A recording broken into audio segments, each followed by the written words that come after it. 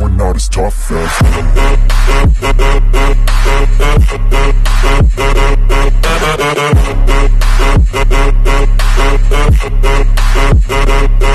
Hello mga ka-Wheels lovers, ni Wheels TV Mix Vlog. Good news po tayo ngayon dahil nga po papuntang Cavite, meron na tayong PTEX Terminal o Asian World PTEX Terminal. So from UN Avenue Station going to PTEX Station, isang sakay na lang po, unlike before na matraffic po talaga sa papuntang PTEX kasi dadaan pa ng Malate, MOA. So malaking kabawasan po talaga sa mga commuters natin ngayon kasi nga nagbukas na po talaga ang extension papapuntang Cavite na LRT. Kaya ako pabor po sa akin dahil nga po madalas ako umuwi sa bahay namin sa Pasinaya Home sa Naik.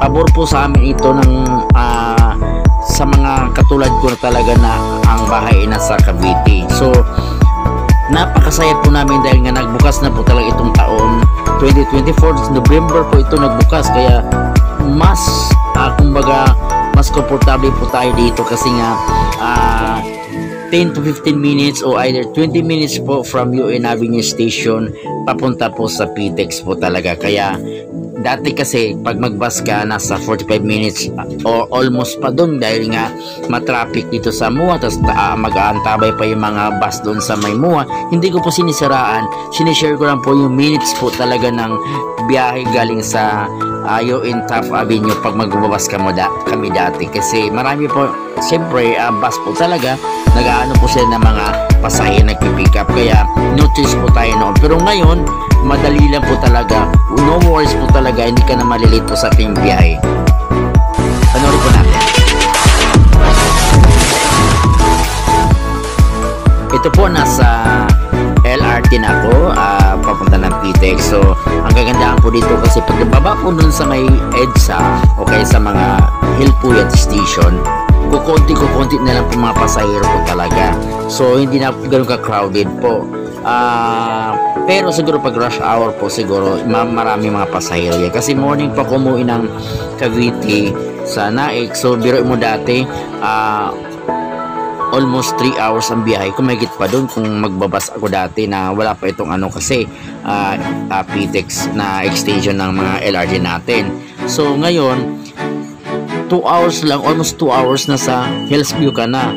So napakadali na talaga po sa akin na kumbaga nagagaanan pa ako sa aking biyahe, hindi ako nabibigatan, hindi pa ako na kumbaga less na yung oras na ano mo talaga pag-iintay sa mga kumbaga kung mag-iintay sa'yo, mabilis ka na lang. Ito yung papasok din sa papunta Maynila, parang isang sakay mo na lang kung tutuusin kasi nga pagdating naman sa PTEX Terminal, mayroon na pagbaba mismo sa mall, andun na po yung mga sakayan papuntang PTEX, papuntang Naik or sa basta doon na po talaga lahat. Kung halimbawa gusto mo talaga na mag LRT ka. So ang dito kasi madadaanan dito yung kasi after po ng Baclaran Station, sunod niyan is Asiana yata yon na bandang po talaga bandang MUA na station na yan. So after ng Asiana ba yon? Yan po ang sunod is PTEX o Asian World PTEX Terminal po yon. So ayan, from UN Avenue to PTEX is 25 pesos lang. So sa bus is nasa 31. Di pare-pareho po kasi ang bus isa 30 pesos lang sale sa amin. Pero ngayon nakakatipid na kami ng 6 pesos na yan. So may pabili na kami ng 3-in-1 na kape. Ayan po, yan, wala nang gaanong pasahero po talaga, napakaluwag na po talaga kasi kadalasan kasi pag halimbawa hanggang Taft Avenue lang o EDSA, yan o kay Baclaran, siksikan talaga ang mga talaga yung pasahero. Ito napakaluwag po talaga kasi nga hindi pa naman dumating sa Niugan Station, doon sa pinaka end of extension ng Cavite LRT, hindi pa doon sa Niugan. Ang lang sa De Los Santos ata ang pinaka end ng LRT extension Cavite. Yan. So yan, kita mo naman, napaka viewing po tayo kasi nga madadaan natin ang City of Dreams. Yan po banda dyan, makikita natin City of Dreams pag after natin ng Asiana Terminal ba yun na LRT. So napaka talaga NAIA yun, madadaanan din natin yan kasi may station siya na NAIA station na yan, kaya super ganda po, super kumbaga yung biyahe mo nakaka good vibes po talaga kasi nga instead na parang kumakain ka ng maraming oras sa pag-upo pa lang sa mga buses natin. So I love naman also bus kasi nga yun po ang talaga namin before yung LRT. So ito lang po talaga yung wala kang bit-bit yan na mga madami dito nga sa LRT, kasi mas convenience ka dito sumakay kasi nga walang hassle talaga pag halimbawa mag-LRT ka. Pero pag may mga karga ka na mga bagahe na iuwi mo sa Cavite, no choice ka, mag-bus ka talaga. So ayan, so kagandahan dito din sa LRT talaga, mas lalo nila pinaganda ang mga kumbaga yung mga handles nila bagong bago, tapos lahat po talaga ng upgradable na po talaga. So masasabi ko talaga na kakaiba na po talaga ang papuntang Cavite po talaga. Napaka talaga worth it po talaga ng gawa po ng ating mga government po. Kung sino man po ang nag-umpisa nito ng plano, tinuloy ng bagong administration o yung former na administration po. Saludo po ako talaga sa mga ganitong lahat po kasi ng commuters nakikinabang po talaga sa ganitong programa na to. Kaya saludo po ako sa kayo po kung halimbawa try nyo rin mag-LRT po ng Cavite para yan po City of Dreams yung tinasabi ko. Madadaanan po ang City of Dreams. Ayan po kasi after na kami ng Asiana Terminal po yan. So after NAIA tapos PTEX agad.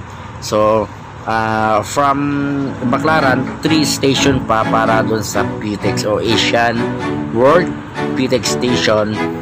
So yan talaga, overlooking ka dyan sa mga kasi nagkagandahan pa talaga, parang napaka-aliwalas po talaga ng biyahe po namin dahil makikita mo talaga yung mga kagandahan na nasa siyempre na pakiramdam natin na sa himpapawid tayo kasi natatanaw natin yung baba kasi ayun.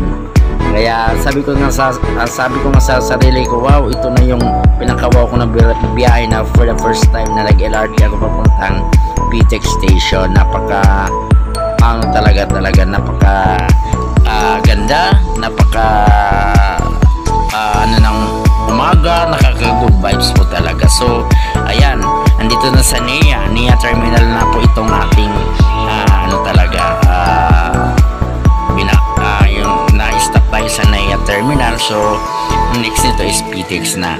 So maya-maya lang kasi napaka kasi ng talaga biyahe, napakadali lang. Ang nadadalian na talaga ako, as in nadalian ako kasi dati kasi pag uuwi ako sa magbabas, ang ginugugol ko na oras doon is 3 hours may hit pag halimbawa ma-traffic po talaga.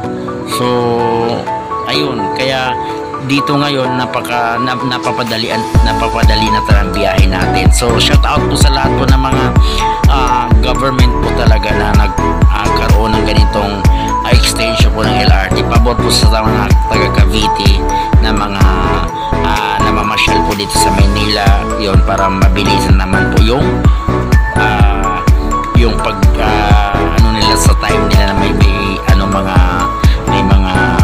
meeting sila. Pagdating sa PTEX, ilang minuto lang nasa Manila ka na talaga agad, o either doon ka sa pamuntang sa Roosevelt Station o doon sa may bandang Muñoz, punta ka ng SM North, isang sakay na lang talaga from PTEX kaya naman pamuntang Roosevelt. Kaya so siguro sa pagkakaalam ko from Roosevelt Station doon sa may Muñoz from PTEX is nasa 60 pesos siguro ang pamasahe.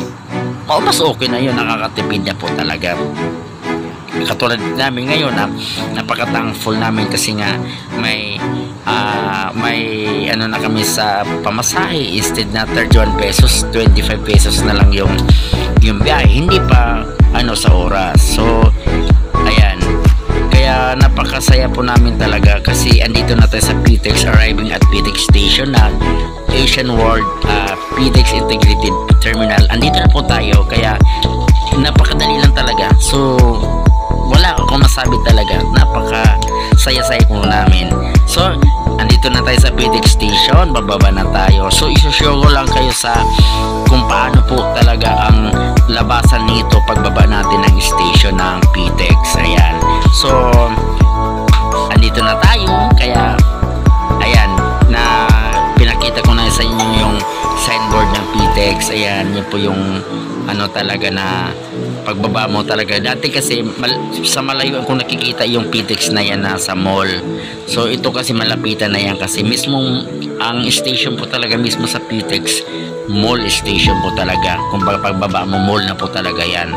So andun na din sa ground po yung mga terminal ng mga bus papuntang Naik, papuntang Bicol, papuntang basta andun po yung mga terminal po dun sa mall ng mga buses naman papuntang mga biyaheng probinsya. Kaya napakadali po talaga.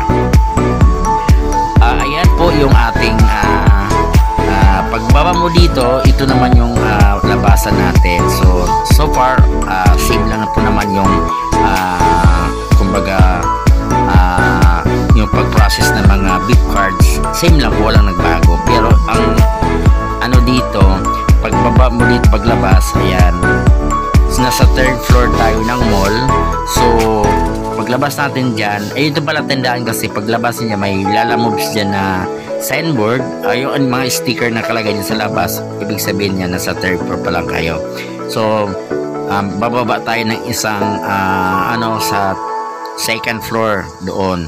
So sa hindi pa nakakaalam po kung anong mga landmark po dito sa loob, ito pa may lalamoves pa dyan na signboard. Ayan, so paglabas natin doon sa ano, yan, may mga arrow naman yun. Tapos bababa tayo sa escalator na yan. Tapos pag side doon may National Bookstore yun. Yun po yung ano talaga, yun po yung palatandaan na nasa mall ka na, sa loob ng mall. Yan, nasa 2nd floor po tayo mga ka-wheels lovers. Kaya napakadali po talaga sa akin ang biyahe. So dahil papunta tayo ng Cavite, bababa po tayo ng isang hagdanan para sa papunta namang Naik. Yan po. So shout out po sa lahat po talaga ng aking mga ka-wheels lovers. Yan po, napakaganda po talaga ng ating ILRT extension po ng Cavite. Hanggang sa muli po, i-cover ko po lahat ito. Thank you so much po, and God bless you all po, and bye bye, and advance Merry Christmas.